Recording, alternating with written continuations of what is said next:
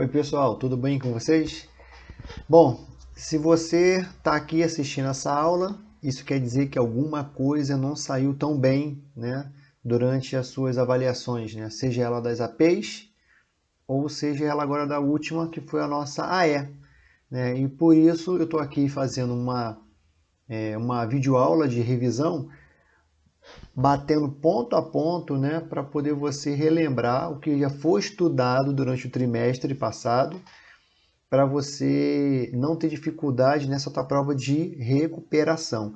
E olha, o meu objetivo realmente é recuperar, né, o teu estudo, né, os teus ensinamentos, né? A minha vontade é que a nossa aula fosse presencial, né, para a gente conversar e você me interromper durante a aula, eu poder fazer, tirar tuas dúvidas, né? Mas infelizmente por conta da pandemia e desse nosso ensino híbrido, isso não está sendo possível. Mas isso nada impede que, depois que você assistir essa aula, um dia que você esteja lá pelo colégio, ou o dia que você não tem aula no colégio presencial e quiser comparecer lá e me procurar para poder tirar qualquer dúvida, eu vou ter o maior prazer. A gente senta num quiosque daquele lá, né, que é bem arejado, ao ar livre, e a gente abre ali o livro ali e eu posso te dar uma explicação ali mais pontual para poder tirar e acabar com qualquer dúvida. E, de fato, quando falar de recuperação, o meu objetivo é que você realmente se recupere. E eu acredito em você, tá? E eu espero que você também acredite. Vamos lá, vamos passar então para a nossa revisão, que vai ser bem rapidinho. Ela vai ser dividida em duas aulas, tá? Duas aulas. Essa e a próxima, né? Que vai ser em outro dia já determinado pelo nosso calendário, para poder você juntar essas duas aulas, que é o que vai ser cobrado na nossa prova de recuperação, tá bom? Por favor, não vá para a prova com nenhuma dúvida com relação a esses assuntos aí. Vamos lá.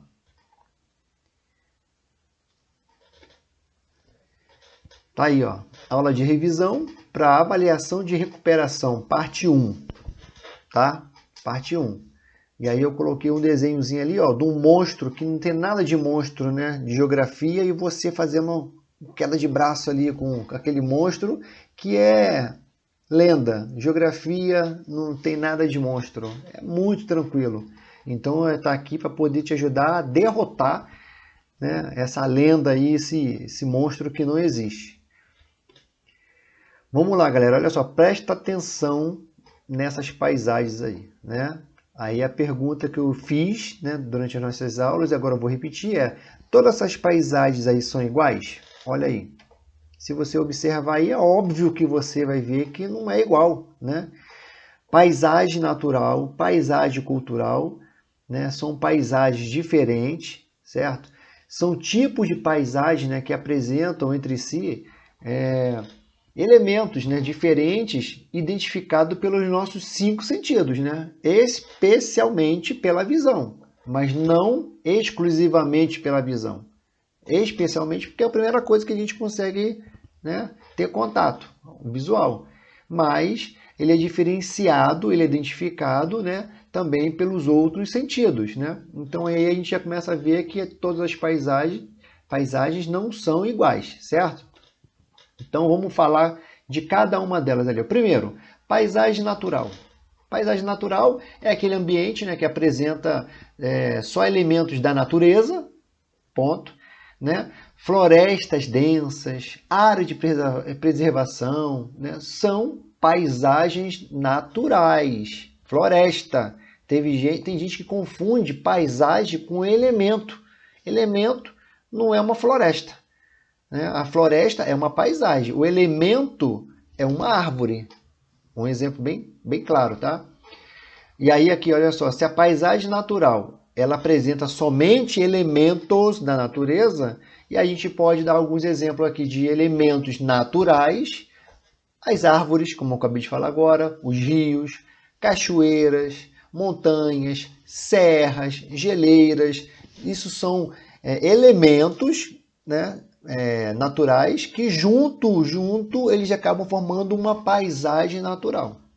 Tá bom? Essa é a primeira definição que a gente precisa saber.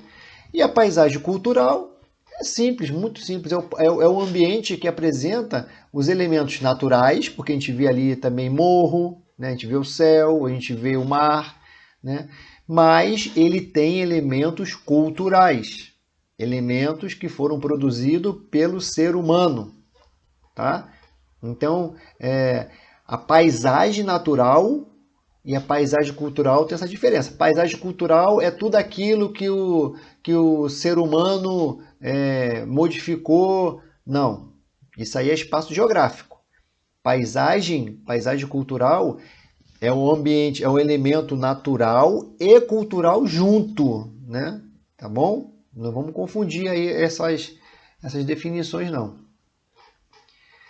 E e falando ainda da paisagem cultural, eu queria reforçar com vocês o seguinte, que os principais símbolos, né, de uma paisagem cultural são aquelas que foram produzidas pelo ser humano. Aí eu posso dar alguns exemplos de construções civis, casas, edifícios, pontes, estradas, né?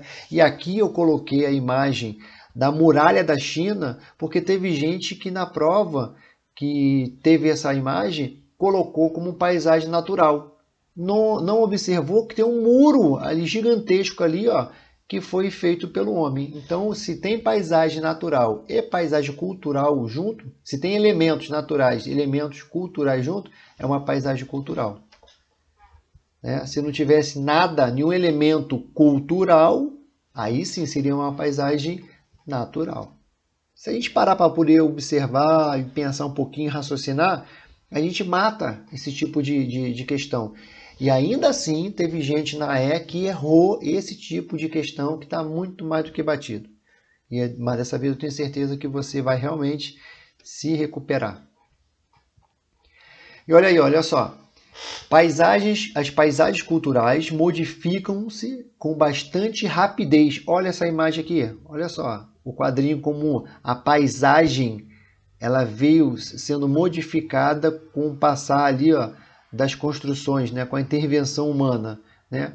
Diferente das paisagens naturais, né, que sofrem modificações ao longo do tempo, né, de forma mais lenta, as paisagens culturais não. Olha só, elas mudam muito rápido, muito rápido. E aí a gente consegue observar ali, ó, era um campo, só florestas ali, aí daqui a pouco veio, passou ali uma linha de trem, aí linha do trem apareceu uma estrada, uma casinha do lado, e aí levantaram um poste, aí foi virando, foi crescendo, cerca, muro, bairro, vila, aí daqui a pouco, pum, virou cidade, asfaltaram tudo.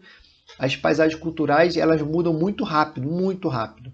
Né? Diferente da paisagem natural. Muda também. Só que ela muda mais lentamente, porque o processo todo é feito pela natureza. Tá bom? Olha só, esse desenho, ó, né? Um cara meio que perdido ali com uma bússola ali, pendurada no bolso ali, segurando o mapa. Aí eu pergunto para você assim, ó, quantas vezes você já se perguntou assim, onde é que fica a escola? Né? Onde é que fica o Brasil no planeta? Onde é que fica tal rua? Como é que eu chego no parque, né? E essas perguntas, né, elas podem ser respondidas apenas olhando para o mapa. E para isso que serve a geografia, né? O mapa, ele nada mais é que o quê? Que uma representação gráfica, né, da superfície terrestre, que serve para a orientação e a localização dos objetos, das pessoas, das ruas, das cidades, né, dos países, no espaço geográfico como um todo, né? E aí é interessante a gente ter essa ideia, para que serve o mapa? Ele serve para orientar e localizar tudo isso aí que eu falei, tá? Agora olha só que dica interessante. Os pontos cardeais, né, eles são utilizados, né, como referência na geografia, né? Porque com eles que a gente encontra qualquer lugar sobre a superfície da Terra. Quando você está à procura de algum lugar, você não utiliza algumas referências, né? E essas referências pode ser o quê? O nome de uma rua, pode ser um comércio, pode ser o número de uma casa, né? Tudo isso facilita a procura do endereço. Beleza? Beleza. Na geografia, nós usamos o quê? O norte. Norte é a nossa referência. Então você precisa saber, isso aí é o básico da geografia. Você precisa saber para que lado fica o norte. Se você sabe para onde é que fica o norte, Pronto, você já sabe, vai saber onde fica o sul, o leste, oeste. Isso aí não tem como a gente não saber na geografia, né? E olha só, e esses pontos cardeais, eles foram definidos há muitos anos atrás, né?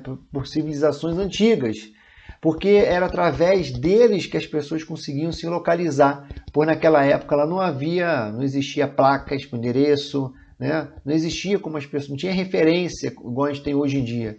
E por isso que foi criado a Rosa dos Ventos, né? Que parece uma estrela, né? E nas suas pontas a gente encontra o quê? As letras, né? Dos pontos cardeais e dos pontos colaterais. Mais um detalhe aqui com relação a isso aí, ó. O Sol é o nosso grande aliado nessa atividade. Grande aliado. Você precisa saber que quando o Sol está nascendo, né, se você esticar o braço direito para a direção que o Sol nasce, igual está na nossa figura ali, a gente vai saber que essa posição é a posição que? Leste. Né? A gente chama essa posição também, pode chamar de nascente. E aí, se você sabe que no nascente fica o leste, e em seguida, se você esticar o braço para o lado esquerdo, igual o garoto está fazendo ali, ó, indo para a escola ali, né, na outra direção você vai encontrar o quê? O oeste. E na sua frente, se no lado direito está o leste, lado esquerdo está o oeste, na minha frente vai estar o quê? O norte. E atrás, o sul. Gente, isso é básico. Isso aí é o beabá da geografia. Você precisa saber. Eu coloquei a atividade na nossa prova no mapa e um sol. E aí eu falei que o sol era o sol da manhã. Então, a primeira coisa que a pessoa tinha que falar? Escrever ali, ó, leste. Se ali é o leste, do outro lado era o oeste. Se do outro lado é o oeste, na frente era o norte e atrás era o sul. E aí você acertava tudo, porque essa aí é a base da geografia, da orientação. A gente precisa saber onde fica o norte, sul, leste e oeste. Se você não entendeu isso aí, por favor, me procure pessoalmente, que aí de repente ali eu com um mapa ali e tal, a gente faz um desenho no chão, a gente faz um desenho no caderno, e eu tenho certeza que eu vou fazer você entender. O que você não pode é passar pelo sexto ano sem entender essa questão. Teve gente que errou isso aí na P, teve gente que errou de novo isso aí na E, e se foi o seu caso, que eu espero que não tenha sido, você não pode errar isso agora na R, né? Nessa avaliação de recuperação. Então, se você tem dúvida, vai lá, pega teu exercício, pega tua prova antiga da P, olha a tua E e exercita, tá? Entenda isso aí, tá? Não fique com dúvida nisso aí, por favor, não fique com dúvida. Vamos agora falar sobre projeção, né? Para poder finalizar essa nossa primeira parte aí, que é papum, é bate-bola. Que eu quero que vocês estudem, massifiquem, exercitem essas três primeiras partes que eu estou falando agora, para depois na outra aula, quando chega na outra aula, você já saber, não ter dúvida com relação a essa que ficou para trás, tá bom? Vamos lá, olha só, vamos falar sobre projeção cartográfica. Se o nosso planeta, ele é redondo, né? Não totalmente redondo, né? Ele é uma geóide, é uma esfera meio deformada, tal, isso é uma geóide. Como que ele pode ser desenhado num papel, representado num papel, né, plano? É possível fazer isso sem deixar nenhum tipo de distorção ou erro, né, sem modificar com relação ao mundo real? Não, não existe. Né? E por isso que existem as projeções cartográficas, para poder dar um ajuste aqui, um ajuste ali, para poder aparecer ali a projeção, ali, né, a representação cartográfica do planeta, da melhor maneira que a gente possa entender. E para isso, a gente precisa entender de início, agora no sexto ano, das três principais projeções cartográficas que existem. Tá? Vou aproximar aqui, para poder a gente visualizar melhor. Por exemplo, a primeira, projeção cilíndrica. Projeção cilíndrica são aquelas projetadas a partir de um cilindro. O cilindro que envolve uma esfera terrestre, né? E aí ali, eles imprimem ali o planeta ali, e quando ele abre, aí aparece esse mapa aí, na parte de baixo aí, esticadinho ali, tá? Da mesma forma existe as projeções cônicas, né, que são elaboradas quando um cone envolve uma esfera também, e aí é impressa ali, é reproduzida a sua superfície. Reparem, pessoal, reparem que tanto a projeção cilíndrica como a cônica, quando aparece ali embaixo ali, ó, o resultado final, ele aparece ali no papel, né, quadrado. Aí as pessoas confundem, acham que essas aí são as projeções planas. Não são. A gente tem que procurar saber como é que ela é projetada, como é que ela foi produzida. Então a cilíndrica foi produzida através de um cilindro, a cônica através de um cone, né? Diferente, né, aqui, ó, da projeção plana, né? A projeção plana também pode ser chamada também de azimutal ou polar. Por quê? Porque ela é feita com um círculo plano colocado sobre uma das faces da Terra. Geralmente é num dos polos, né? Por isso que a gente pode chamar de projeção polar também. Então essa aí, ó, é a única projeção que ela tem 3 nomes. Ela tem a projeção, ela pode ser chamada de projeção plana, azimutal ou polar. Só que aí as pessoas olham, ela redonda, aí nem se liga que essa que é a plana. Por quê? Porque a projeção dela, a produção dela é feito através de um plano que eles encostam, eles não dobram, né? Eles não circundam, né? A esfera terrestre ali, como o cone faz, como o cilindro faz. Eles pegam ali um papel, aqui ó, eles pegam ali um papel e tá aqui o globo. Cadê o meu globo? Tá lá atrás meu globo lá, ó.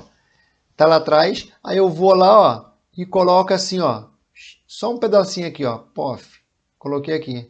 Aí o que fica impresso aqui nesse contato que eu fiz aqui é a minha projeção plana. Por quê? Porque eu não fiz isso, ó, eu não envolvi o meu globo igual é feito o cilindro, igual é feito o cone, né? O cone ele envolve, o cilindro ele envolve, né?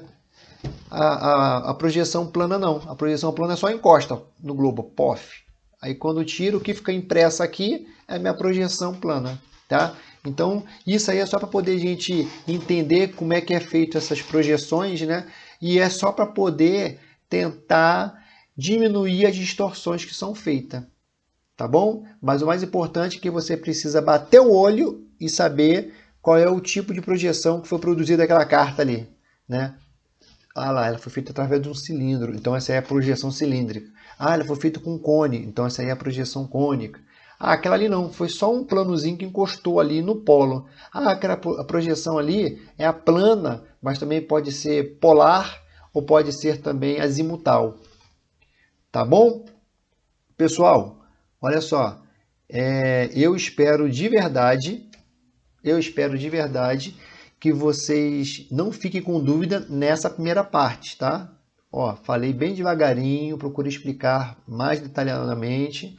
Então, vê lá nas provas anteriores algumas questões relacionadas a esse assunto que eu falei, dá uma exercitada ali para poder se preparar para a próxima aula, que a gente vai ter, que é a segunda parte, tá? Que também vai ser cobrado na prova.